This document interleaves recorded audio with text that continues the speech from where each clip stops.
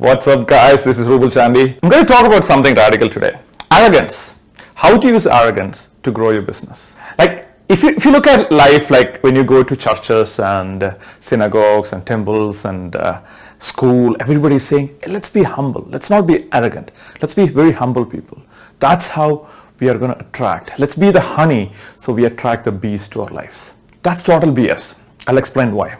But before I go into that, if you are new to this channel, subscribe and then like this video and share it with other people so other people can succeed in their business too.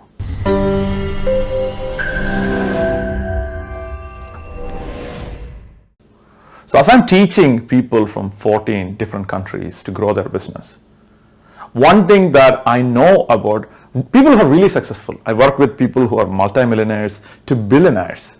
People who are billionaires, they have all the money that they could have. And they have a particular type of arrogance that helped them to grow their business. Now, you might be like, oh, I know, most billionaires are arrogant. That's not what I'm talking about. That is stupidity. Like, if you are arrogant with other human beings, arrogant with your wife, your husband, your children, your friends, your family, that is stupidity. That's not what I'm talking about. We need to be treating other people with ultimate and deep respect. What I'm talking about is arrogance in ideas, arrogance in being themselves, arrogance in believing in yourself, arrogance in dreaming, arrogance in dreaming big. That's what I'm talking about. Think about it. In life, most people are just following some leader.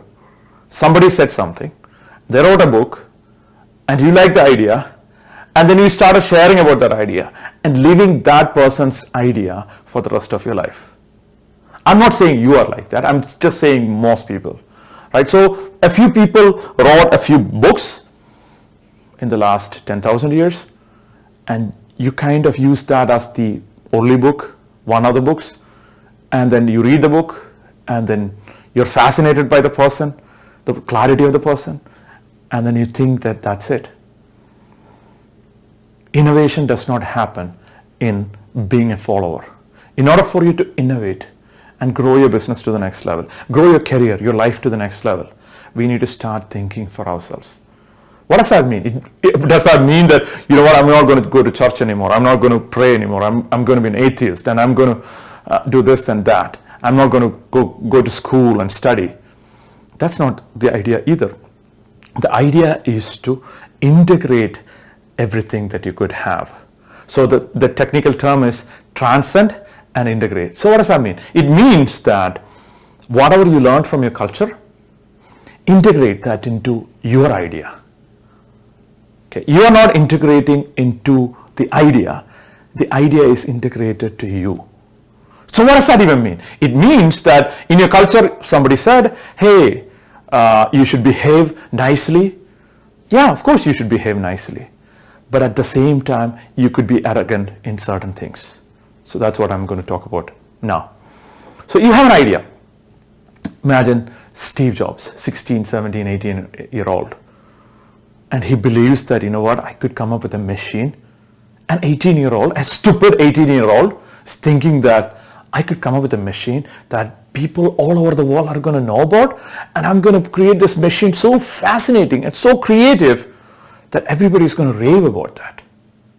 That's super arrogance in ideas. It's super arrogance in dreaming. It's super arrogance in dreaming big. Does that make sense to you? So what do you need to have that kind of arrogance? You need to have self-confidence. You need to have the belief that you are enough to do that.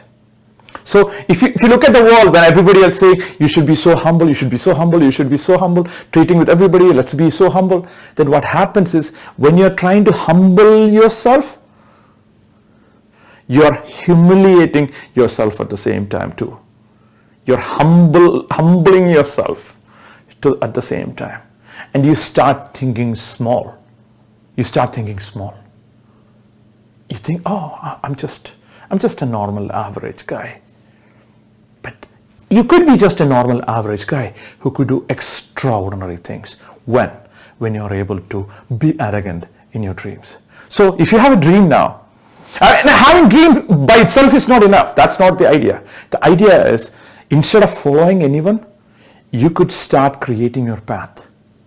Or somebody else might have created a path. Just follow a path that feels right for you. And when you follow that path, believe that you're going to be okay in this journey. The journey that is different, because you have the arrogance to believe in yourself. And as you continue with this journey, believe that you're going to get to the destination no matter what happens. Because if you believe that you're going to get to the destination no matter what, you're going to get there. So you need to start traveling your own journey. Not your dad's journey, not your mom's journey, not your mentor's journey, your journey. Not your teacher's journey, your journey.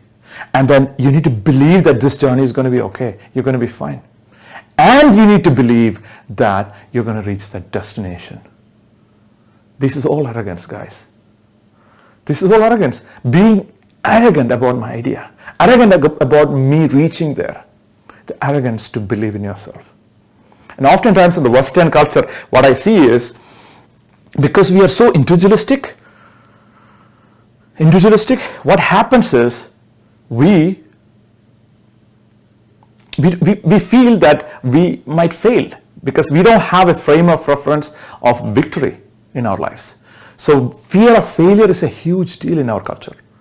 If you are from the Eastern side listening to this, fear of rejection is a huge deal in your culture.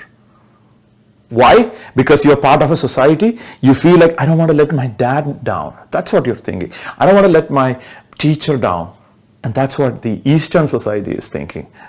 The collective society. Eastern society, generally speaking, I have these terms that I developed, essentially meaning on the Eastern side, people are clusters. Like it's a group of people, right? So there you will be like, I don't want to be rejected by my dad, my mom, my teacher, my friend, my girlfriend, my boyfriend. In the Western society, there's no community for the most part. I'm just for myself. So I don't want to fail because I don't know what normal feels like. There's no basic supporting energy in the system. There's no society to support me. I'm just for myself. If I'm broke, I'm broke. If I win, I won. It's me always. So because of that, the fear of failure is significantly higher in the Western side of the society. What does that mean to you? It means if you're listening from the Western side of the world, you need to have the arrogance, you're going to win this game. And if you're on the Eastern side of the world, have the arrogance, you're going to win the game. But the difference is you're going to win the game and prove other people around you wrong if they don't believe in you. Does that make sense? So, like, think about it. Like, there are like classic examples like Mother Teresa. This woman, young woman, she reached a different country, and then she's a Christian and she wants to help people, and all of a sudden she sees some poor people like struggling, starving, and some poor kids in the street. She had that arrogance to believe in herself that she could do something about it. How many foreigners came to India during that period? And they all thought like, oh, this is so sad, let me pray for this. Versus this woman had the arrogance to believe in herself, believe in her mission to do something about it. Think about it. She had the arrogance in her idea. The arrogance to believe in her idea and pursue the idea until it happened. That's where miracles happen. That's what is going to take your business to the next level, your life, your career to the next level. Look at Martin Luther King, for example. Dr. Martin Luther King was a pastor, and he's a Christian pastor. He used to speak good.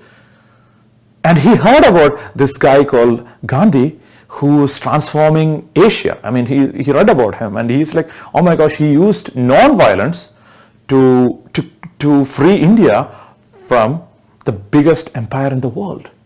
So if that's the case, I could, through a non-violence protocol, methodology, I could free, of course, black people were free at the time, theoretically, but literally help them be free from slavery, from discrimination, and so on and so forth. Arrogance to believe in yourself. Arrogance to believe in your idea. Arrogance to dream. So my question to you is, Are you arrogant enough to dream big? Are you arrogant enough to think for yourself? Are you arrogant enough to believe in yourself? And this is exactly what I did in my life too. I was born in a village in India, and I didn't even know English. I mostly had to study it for myself. Although I was not paying attention to the grammar class when Dr. Grace, who was my grammar teacher, when she was teaching, I was checking out girls in the class. And eventually I studied English.